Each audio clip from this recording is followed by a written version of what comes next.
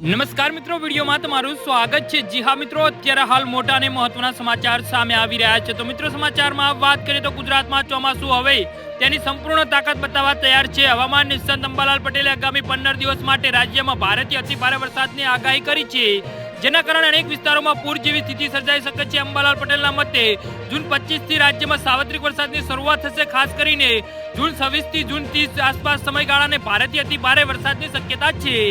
જી હા મિત્રો, અત્યારે હાલ મોટા અને મહત્વના સમાચાર સામે આવી રહ્યા છે। તો મિત્રો, સમાચારમાં વધુ વિગતવાર વાત કરીએ તો આ દરમિયાન ઉત્તર ગુજરાત જેમાં સાબરકાંઠા અને પંચમહાલ જેવા જિલ્લાઓમાં સમાવેશ થાય છે, ત્યાં ભારે વરસાદ જોવા મળશે। સૌરાષ્ટ્રના વિવિધ ભાગોમાં પણ સારો વરસાદ પડશે। જુલાઈ મહિનાના પ્રથમ સપ્તાહમાં પણ મેઘરાજાનું જોર યથાવત રહેશે। દક્ષિણ સૌરાષ્ટ્ર અને મધ્ય ગુજરાત, પંચમહાલ, ઉત્તર ગુજરાત અને સાબરકાંઠાના વિસ્તારોમાં ભારેથી અતિ ભારે વરસાદની સંભાવના છે। જી હા મિત્રો, અત્યારે હાલ મોટા સમાચાર સામે આવી રહ્યા છે।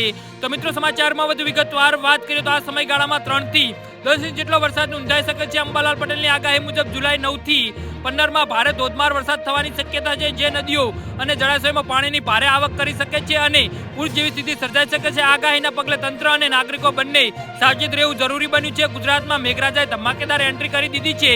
હવામાન વિભાગે આગામી દિવસો માટે ભારે વરસાદની આગાહી કરી છે। સૌરાષ્ટ્ર અને કચ્છ પર અપર એર સાયક્લોનિક સર્ક્યુલેશન સરકાતા રાજ્યમાં ભારે સારો વરસાદ જોવા મળશે। હવામાન વિભાગના જણાવ્યા અનુસાર આજે જૂન 23ના રોજ રાજ્યના 8 જિલ્લાઓમાં ઓરેન્જ એલર્ટ સાથે ભારે વરસાદની આગાહી કરવામાં આવી છે।